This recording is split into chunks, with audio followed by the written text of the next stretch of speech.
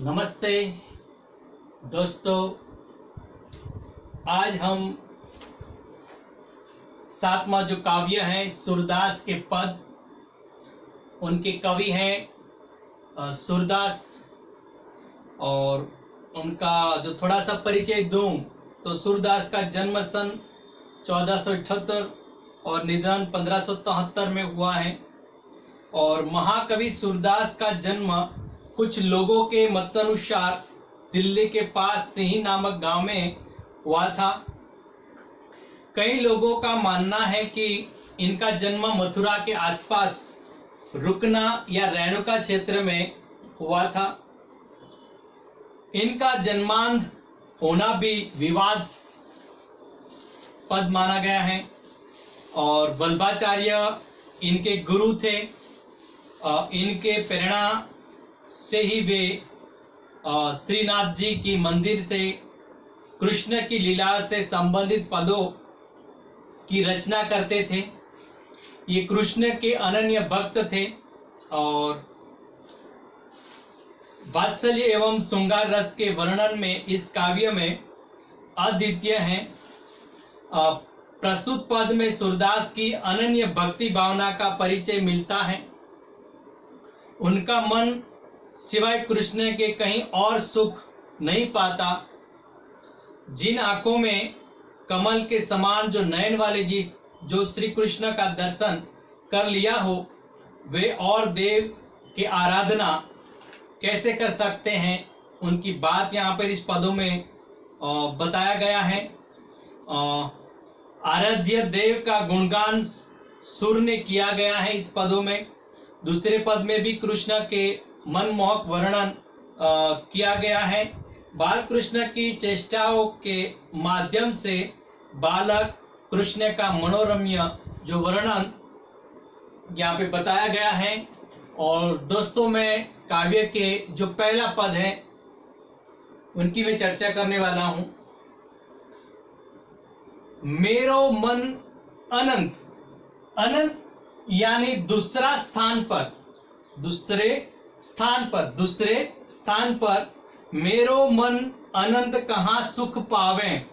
यानी वे कहते हैं, सूरदास कहते हैं कवि, कि मेरा मन श्री कृष्ण के सिवाय और किसी के पास और कहीं सुख मुझे कहीं जगह पे मिलता नहीं है। मेरा सुख वहीं पर मुझे मिलता है जो कृष्ण है, और कृष्ण के सिवा किसी और के पास मुझे सुख मिलता नहीं, या किसी जगह और दूसरे देव देवताओं के पास मुझे सुख मिलता नहीं है। दोस्तों, किताब में ध्यान देना। जैसे उड़ी जहाज को पंछी यानी पक्षी फिरी जहाज पर आवे।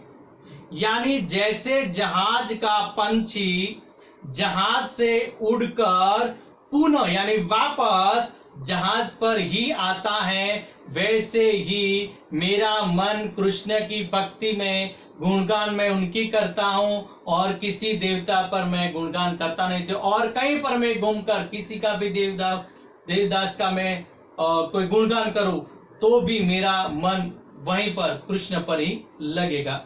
जैसे जहाज पर जो पंछी हैं जितने भी घूमने के बाद फिर भी वापस जहाज पर आते हैं, वैसा भी मेरा मन वहीं पर आता है।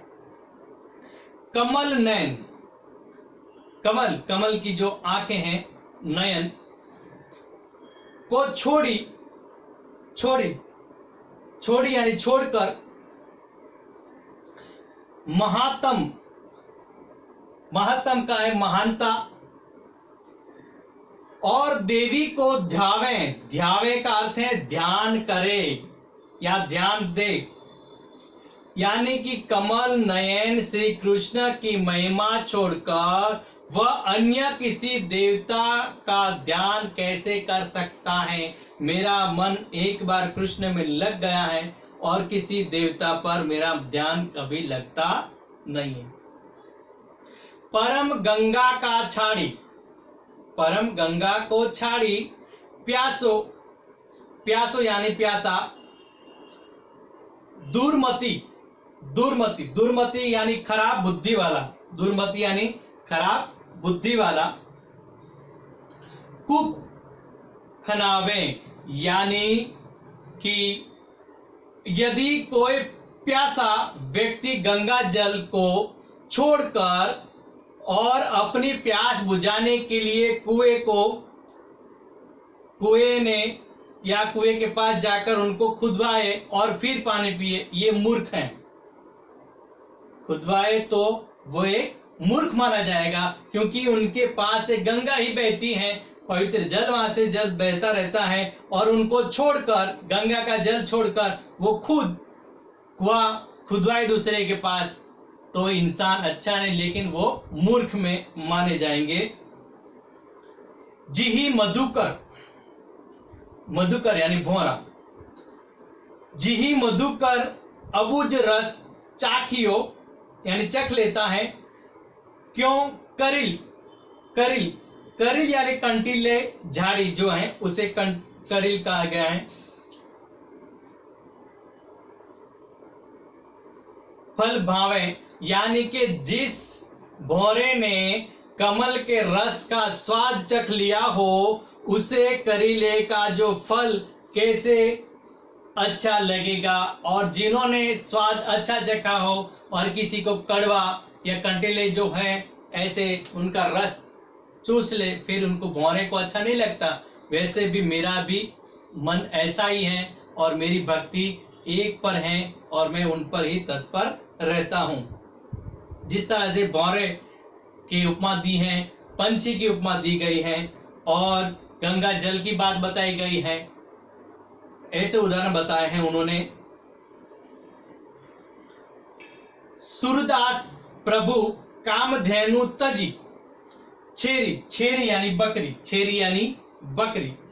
सूरदास प्रभु कामधेनु तजी, छेरी कौन दुहावे, यानी कवि सूरदास कहते हैं कि मेरा मन प्रभु तो कामधेनु के समान माने गए हैं, और उन्हें छोड़कर मैं बकरी को कौन दुहेगा, ऐसा अर्थ है मेरा।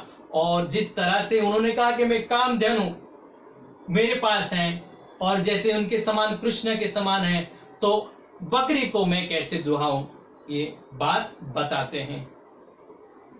तो दोस्तों यहाँ पे पहला पद पूरा है और दूसरा पद की चर्चा करें तो शोभित कर यानी हाथ, नवनीत यानी माखन लिए, यानी हाथ में मक्खन लिए हुए बाल कृष्ण अत्यंत सुंदर लग रहे हैं।